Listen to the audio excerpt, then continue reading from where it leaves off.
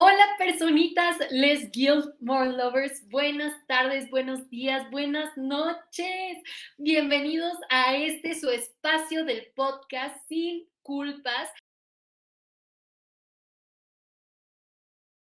un lugar donde nos atrevemos a hablar en contra de la cultura de la dieta para generar un juicio crítico y crecer en salud desde el amor. Qué gusto estar aquí con ustedes una vez más, otro lunes.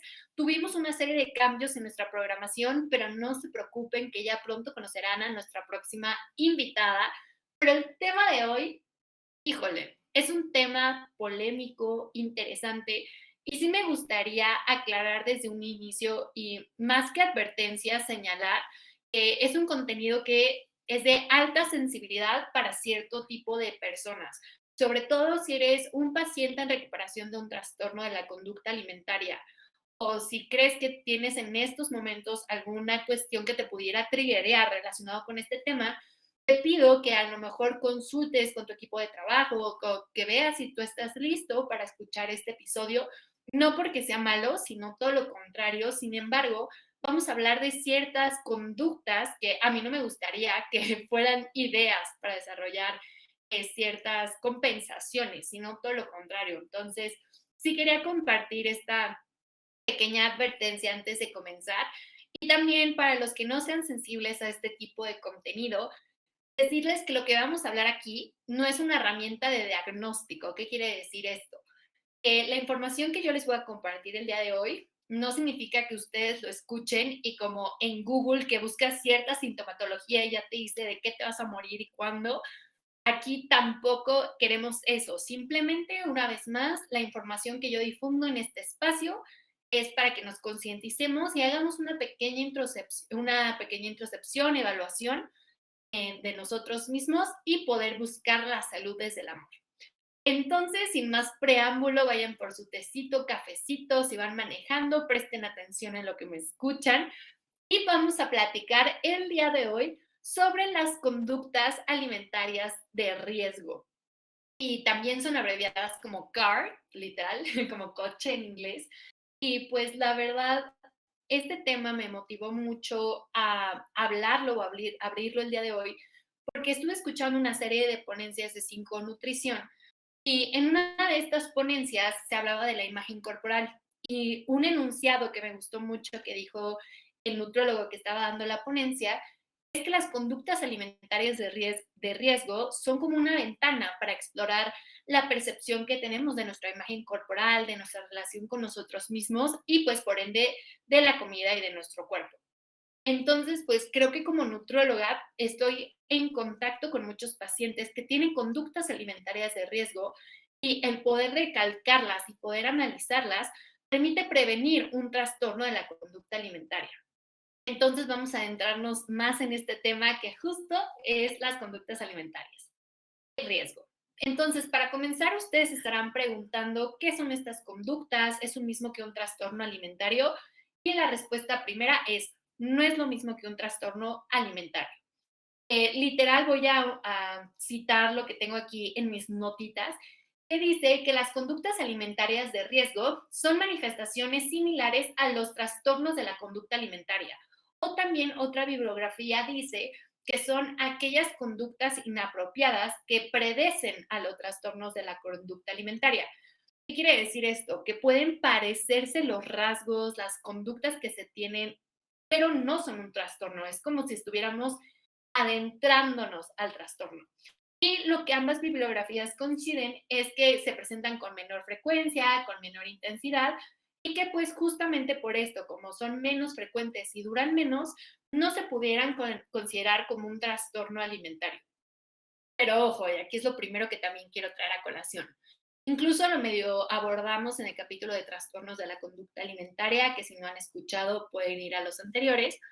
Y no porque no cumplas con toda la sintomatología tal cual, significa que es menos grave y que hay que dejarlo pasar. Se van a atender de forma distinta porque claramente las conductas alimentarias de riesgo no son un TCA, pero si no se atienden podemos caer en un trastorno alimentario. Y si tú tienes un trastorno alimentario que no entra dentro de ninguno de los diagnósticos que hablábamos la vez pasada, no significa que sea menos grave. Entonces quería rescatar esto. Y bueno, entonces, habiendo dicho esto, estas conductas alimentarias de riesgo generalmente ocurren en la mayor cantidad de población en adolescentes mujeres. Sin embargo, es importante hacer notar que no solo ocurre en la adolescencia, que incluso muchos adultos con los que yo trabajo en consultas o con los que convivo diariamente presentan este tipo de conductas. Y aquí es muy importante decir algo, que ahorita lo vamos a hablar un poquito más teóricamente, pero imagínense que yo tuviera aquí, para los que no me están viendo, estoy dibujando como una línea imaginaria, un espectro. Así como tenemos el espectro de la luz o el espectro del sonido, de los colores, tenemos un espectro en esta cuestión de las conductas alimentarias de riesgo. Entonces, supongamos que en un extremo están los trastornos alimentarios y en un extremo está una conducta alimentaria normal, que es decir, las actitudes que nosotros tenemos en relación con la comida y cómo nos comportamos con ella. Pero en medio pueden estar oscilando todas estas conductas alimentarias de riesgo. Entonces, puede ser que ciertas personas estén mucho más orientadas a esta cuestión de una conducta, lo que se denominaría normal, y que otras estén mucho más orientadas hacia un trastorno, pero no tengan un trastorno como tal. Entonces, nosotros podemos estar oscilando por aquí y eso es lo que tenemos que tener cuidado, porque aunque estemos más para acá, si ya empezamos a atender a ciertas conductas, podemos llegar hasta el otro lado. Entonces es un espectro en el que nos vamos moviendo y por eso digo que de alguna manera todos podemos tener este tipo de conductas. Sin embargo, hay una teoría que es de un investigador que se llama, denme un segundito, por aquí lo tengo, pero bueno, eso no es lo importante, se llama Neilmar, y él dice que la diferencia entre una conducta alimentaria de riesgo y conductas alimentarias normales es que puede existir una preocupación ante el peso. Es decir, las personas, aunque no tengamos conductas muy obsesivas en cuanto a la alimentación, podemos preocuparnos por nuestro peso porque una vez más vivimos en una cultura pesocentrista, gordofóbica, entonces sí va a existir mucha gente que tenga esta complicación en relación con su cuerpo. Sin embargo, no va a existir esta obsesión con hacer estas conductas. En cambio, cuando se vuelve más compulsivo y más obsesivo, es cuando estamos cayendo en una conducta alimentaria de riesgo. Pero ahora ustedes dicen, ok, Dani, estas son las conductas alimentarias de riesgo, son ciertas actitudes o cosas que hacemos relacionadas con nuestra alimentación que tienen que ver con la preocupación con el peso, pero ¿de qué me estás hablando? ¿Qué son estas conductas? Y bueno, de acuerdo con un grupo de investigadores muy famoso de trastornos alimentarios, entre las principales está la doctora Claudia Uniquel, existen 10 principales conductas alimentarias de riesgo. Sin embargo, ahorita voy a desglosarlas porque hay muchas más. Y la primera es que existe una preocupación constante por engordar. Entonces, o el miedo, o tal cual, tanto engordar, de tener un cuerpo grande, o de subir de peso, que está asociado a tener un cuerpo grande. Entonces, si tú estás constantemente preocupándote por el peso, esa puede ser una conducta de riesgo. Ahora bien, también existe hacer dietas restrictivas. Y en varios artículos que estuve revisando, es la conducta alimentaria más frecuente. ¿Qué quiere decir esto? Las conductas alimentarias de riesgo más predominantes es hacer dietas restrictivas. Por si no lo sabían, estamos el día de hoy a 2 de mayo y pues este viernes, que es 6 de mayo, es el Día Internacional sin Dietas. Y justo es muy importante hacer hincapié en esto, porque como hemos hablado en capítulos anteriores, las dietas restrictivas representan un factor de riesgo para desarrollar TCA. Y esto tiene una relación muy fuerte. Mientras más dietas hagas, más conductas alimentarias de riesgo tienes. Entonces, esa es una de las conductas. Otra de las conductas es hacer ayunos prolongados. Entonces, aquí una vez más está la línea súper delgada con el ayuno intermitente que hablábamos en los primeros capítulos, porque de verdad hay que estar muy atentos como profesionales de la salud, porque pueden estar prescribiendo una conducta alimentaria de riesgo. Imagínense, hacer ayunos prolongados es la segunda conducta que se ha estudiado. Luego también tenemos hacer ejercicio para querer bajar de peso, es decir, que ese sea el motivo de tu ejercicio, bajar de peso y cambiar tu cuerpo. Ese es el motivo por el que te entrenas. También está más relacionados a conductas alimentarias de riesgo compulsivas, como puede ser tener periodos de atracón, que como hemos dicho son cantidades impresionantes de comida en un corto tiempo. También puede existir justo diferentes formas de purga, como es el vómito, como son las pastillas para perder peso, los diuréticos, también habla un poquito de los laxantes. Entonces, todas estas son ciertas conductas que se caracterizan como conductas alimentarias de riesgo. Sin embargo, hay otras conductas alimentarias de riesgo que no están tal cual citadas dentro de una investigación, pero que yo he visto que son muy comunes, tanto en pacientes que padecemos un TCA como en personas que tienen conductas alimentarias de riesgo. Y es aquí donde quería hacer un hincapié muy fuerte del contenido de alta sensibilidad, porque estas conductas puedes hacerlas de forma tan natural, hasta te las pueden dejar pasar y son conductas alimentarias de riesgo por el trasfondo que es el miedo a subir de peso y pues tener una mala percepción de tu imagen corporal. Y algunas de estas son fumar. Hay muchísimas pacientes, sobre todo mujeres, insisto, pero también hay hombres, que refieren que fuman para inhibir el hambre y prolongar los ayunos. Imagínense qué fuerte este tema, que una vez más volvemos en que la cultura de la dieta, según esto, quiere promover salud y que todos tengamos cuerpos ideales estéticos, pero te está dando ideas de que fumar te va a ayudar a quitar el hambre para que bajes de peso. Imagínense qué fuerte.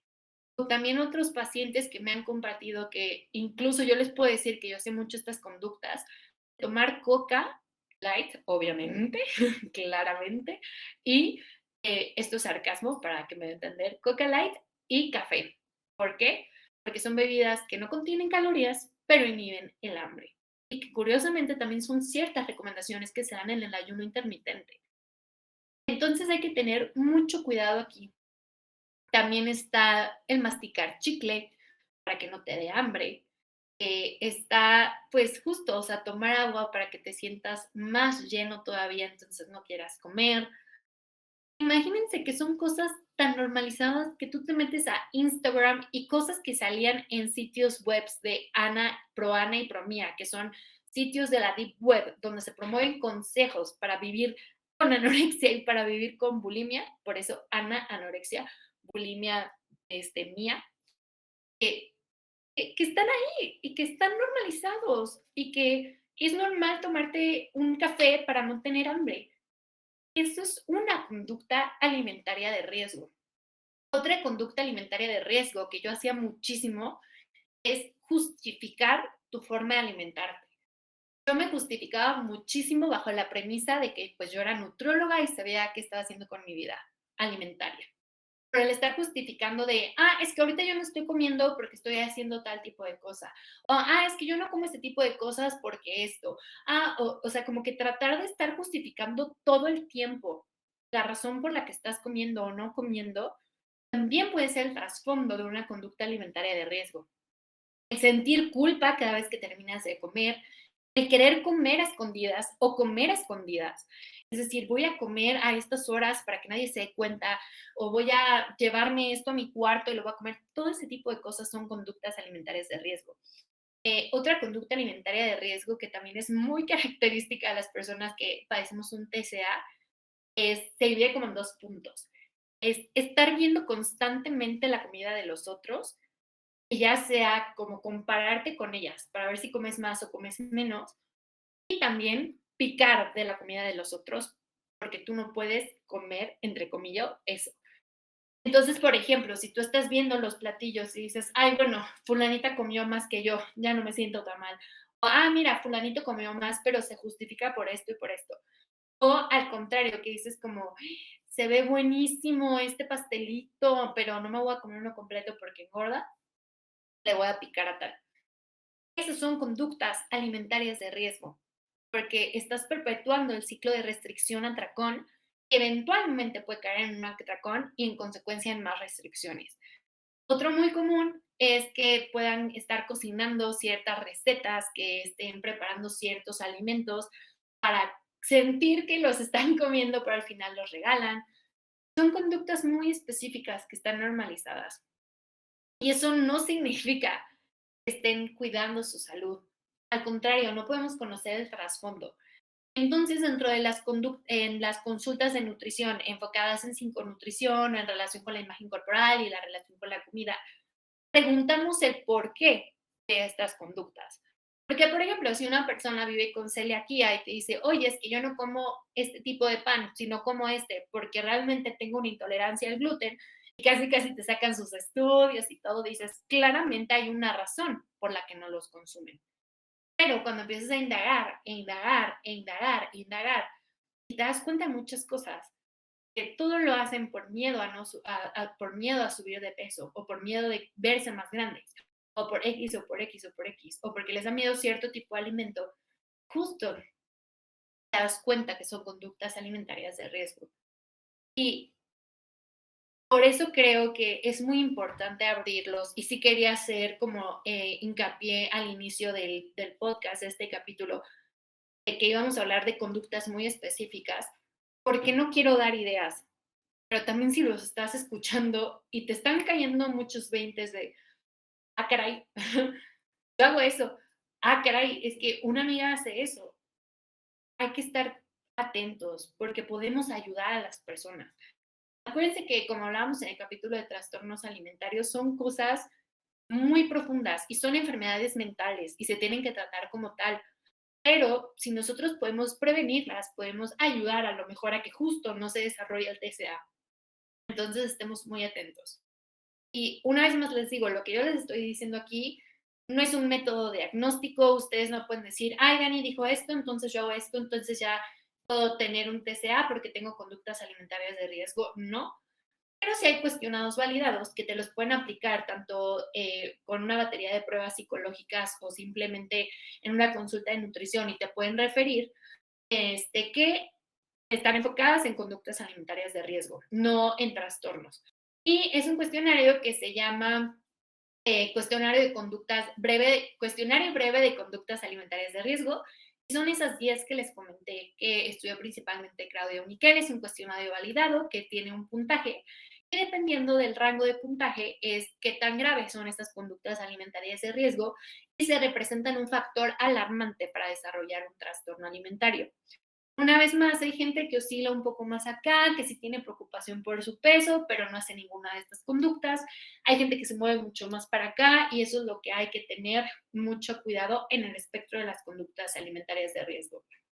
A mí me gusta mucho la literatura en inglés sobre este tema, porque justo en inglés trastorno alimentario se dice eating disorder. En cambio, conductas alimentarias de riesgo se dice disorder eating. Es decir, hay un desorden en la alimentación, pero no tienes un trastorno alimentario. Y es mucho más fácil diferenciarlos desde mi punto de vista. Y pueden encontrar mucha información si es que les interesa. Y justo dentro de esta información estuve investigando en artículos principalmente en población mexicana, que están basados también mucho en la ANSANUT, que es la Encuesta Nacional de Salud y Nutrición aquí en México, que salió en el 2018, es la más reciente. Y bueno, pues muchos estudios se hicieron con base en esa ENSANUT en diferentes estados de la República Mexicana, y también se han hecho en diferentes poblaciones, nuevamente principalmente mujeres. Y un común denominador que encontré entre estos artículos que utilicé para hacer este episodio en específico es que hay una fuerte asociación, hablando desde un IMC, que acuérdense que aquí no consideramos el peso, pero estos artículos lo consideran, entonces lo voy a compartir.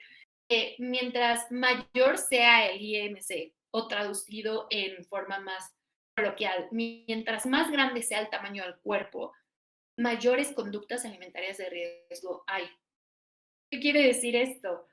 Y esto que les quiero compartir es una asociación que yo estoy haciendo. Acuérdense, asociación no significa literal causalidad, pero sí podemos empezar a reflexionar y analizar con lo que nos lanza la evidencia. Si ya vimos que las personas que tienen un tamaño de cuerpo mayor tienen más conductas alimentarias de riesgo, y que las primeras nuevamente son hacer dietas restrictivas, ahí podríamos darnos cuenta que ni siquiera es porque no quisieran encajar en estos ideales estéticos de delgadez o no quisieran cuidar su salud, sino simplemente que esta cultura gordofóbica y pesocentrista está orillando a personas que tienen cuerpos grandes a vivir con conductas alimentarias de riesgo, que al final del día es por opresión, no es por salud, es por discriminación, no por salud. Una vez más, volvemos al tema de estigma de peso, de weight bias, de decir, a ver, estas personas están tendiendo a hacer lo que nosotros consideraríamos como conductas que van a favorecer su pérdida de peso, todo esto lo estoy haciendo entrecomillado, que tanto necesitan, y los están llevando a tener peor salud y peores conductas alimentarias de riesgo. Entonces, a lo mejor, dentro de todas estas asociaciones, si existen problemas de salud en personas que viven en cuerpos grandes, a lo mejor ni siquiera están asociadas al peso. Puede ser porque tienen más conductas alimentarias de riesgo. Entonces, ahí hay otro común denominador. Insisto, esta es una asociación que yo saqué, pero sí es una realidad que mientras más grande sea el cuerpo de la persona, mayor conducta alimentaria de riesgo hay. Más común en personas que tenían un IMC de sobrepeso, pero es importante mencionarlo. Y pues hubo estudios también muy fuertes, encontré uno justo de mi alma mater, bueno, investigadoras de mi alma mater que me impactó mucho. En mujeres que estudian nutrición son súper prevalentes las conductas alimentarias de riesgo y eso me impactó mucho también a mí por también mis antecedentes, que justo mi carrera fue un detonador de un TCA. Entonces, una vez más, todo esto se los comparto, no para que se autodiagnostiquen, no para que ya crean absolutamente todas las asociaciones que yo ya estoy haciendo, sino para informar y recordar que es muy delgada la línea entre querer tener un estilo de vida integral en donde claramente puedo integrar unas frutas y verduras a mi alimentación, puedo aumentar mi consumo de agua, puedo a lo mejor seleccionar ciertas combinaciones de alimentos que me van a permitir tener un estado nutricio mucho más favorable sin centrarme en el peso. Una cosa completamente diferente es hacer todo este tipo de conductas. Me dijeron que tenía que tener un cuerpo ideal, porque dijeron que me tenía que ver de cierta forma o porque me dijeron que tenía que perder peso. Entonces, hay que tener mucho cuidado con lo que promovemos allá afuera. Hay que tener mucho cuidado con lo que vemos en redes sociales, porque de verdad es muy impactante ver que cosas que se obtenían en la Deep Web ya están en Instagram, ya están en Facebook, ya están en TikTok. Cosas que alarman habiendo estado en ese mundo, salir de él y decir, Dios mío, o sea, se está promoviendo esto. Entonces hay que tener mucho cuidado y prevenir. Y si nosotros empezamos a detectar estas conductas en nosotros, pedir ayuda. No es malo pedir ayuda, todo lo contrario, de verdad les prometo que se van a quitar un peso de encima, va a ser algo liberador, se van a sentir más capaces y se van a sentir acompañados y contenidos. Entonces, escuchen todas estas conductas alimentarias de riesgo y actuemos para poder prevenirlas. En ese aspecto pueden contar con mi ayuda, cualquier cosa me pueden contactar a través de las redes sociales, ahí también pueden encontrar mi número de WhatsApp para poder obtener una consulta, una sesión de orientación, porque sí puedo ayudar a prevenir. Si ya tienen un trastorno, desafortunadamente no estoy especializada porque un trastorno es mucho más complejo y se necesita un equipo multidisciplinario. Pero dependiendo de la gravedad de las conductas alimentarias, podemos prevenir. También me encargo de dar conferencias. Si quieren una conferencia al respecto, también búsquenme, porque es importante promover esta información. Entonces, decirles, no se autodiagnostiquen, no absolutamente todo lo que yo les digo, cuestionenme, pregúntenme, pero aquí hay evidencia, aquí hay una realidad que la cultura de la dieta nos está metiendo en la cabeza y que hay que protegernos a nosotros como comunidad. Entonces, espero que esto les permita reflexionar. Y una vez más, si llegaste hasta aquí y consideras que este contenido fue muy sensible, por favor, busca contención al terminar de escucharlo. No quiero que esto sea un sembradero de ideas de conductas alimentarias de riesgo, no. Pero sí escucharlas te puede dar luz de que puedes estar haciendo algo que está dañando tu salud. Porque preferir fumar a comer, realmente hay algo muy fuerte detrás. Entonces tengamos mucho cuidado. Posteriormente estos temas volverán a salir en otros capítulos. Si se dan cuenta, todos están ligados porque tienen algo que ver. Y pues bueno, les comparto esta información con todo mi corazón. Saben que cuentan conmigo, cuentan con el equipo de Icaro Media para poder contactarme. Estamos todos aquí para ustedes. Y pues también quería compartirles que justo les estaré dando más información, pero vamos a abrir un programa que se llama Proyecto Cuerpo, que justo lo que busca es ayudarnos a desechar ese ideal estético de delgadez y generar una mayor autoaceptación. Porque como les decía al inicio del podcast, las conductas alimentarias de riesgo son una ventana o un espejo de cómo yo me veo a mí mismo. Porque si yo siento que mi cuerpo no es válido y lo tengo que cambiar, se va a reflejar en mis conductas, muchas veces conductas alimentarias.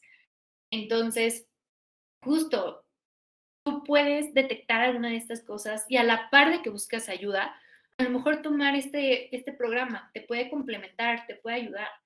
Pregúntale a tu equipo si ya estás dentro de un tratamiento, pregúntale a tu equipo, ¿puedo tomar este programa? ¿Qué opinas? Pero acuérdense que todo es para promover la salud desde el amor y no promover enfermedad desde la opresión y la discriminación. Tengamos mucho cuidado con lo que consumimos y yo no hablo de físicamente en cuanto a comida, sino lo que consumimos de contenido, de lo que consumimos en medios de comunicación masivos, de lo que consumimos como sociedad, porque eso nos puede llevar a la enfermedad.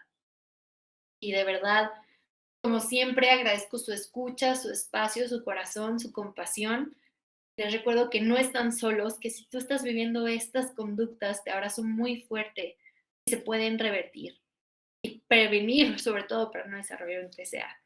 Y está también la alimentación intuitiva. Si no han escuchado los podcasts anteriores, váyanse desde el inicio para entender bases de nutrición, para luego entender bases de investigación de nutrición y poder entender cada capítulo e ir desmitificando para buscar lo que es mejor para ustedes y su bienestar. Ya saben que nos pueden encontrar en redes sociales, tanto en Instagram como en TikTok, como @LG morelove_ o también nos pueden encontrar en Facebook como Les Guild More Love o en YouTube y también en Spotify, Google Podcast y Apple Podcast como Sin Culpas Podcast, en donde están el resto de los episodios, donde vamos a echar la chorchita y a desmitificar todo lo que tenga que ver con la cultura de la dieta para generar nuestro pensamiento crítico. Ya saben, manita arriba, si le dan manita abajo, pónganme por qué, pregúntenme cosas, compártanlo a aquella persona que creen que necesita escuchar esta información, que llegue a todos los rincones del mundo para que también en un futuro tengamos que tener un traductor de diferentes idiomas que nos permita transmitir esta información no solo en español, pero sigamos difundiendo porque más allá de que este podcast llegue lejos porque sí,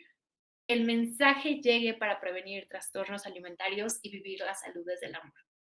Les deseo que tengan una excelente noche, un excelente día, una excelente tarde, que Dios los bendiga y nos vemos el próximo lunes esperando que la programación se pueda reagendar ahora sí con nuestra preciosísima invitada. Yo los dejo, soy Dani Roldán, su host, y esto fue Sin Culpas Podcast. Buenas noches.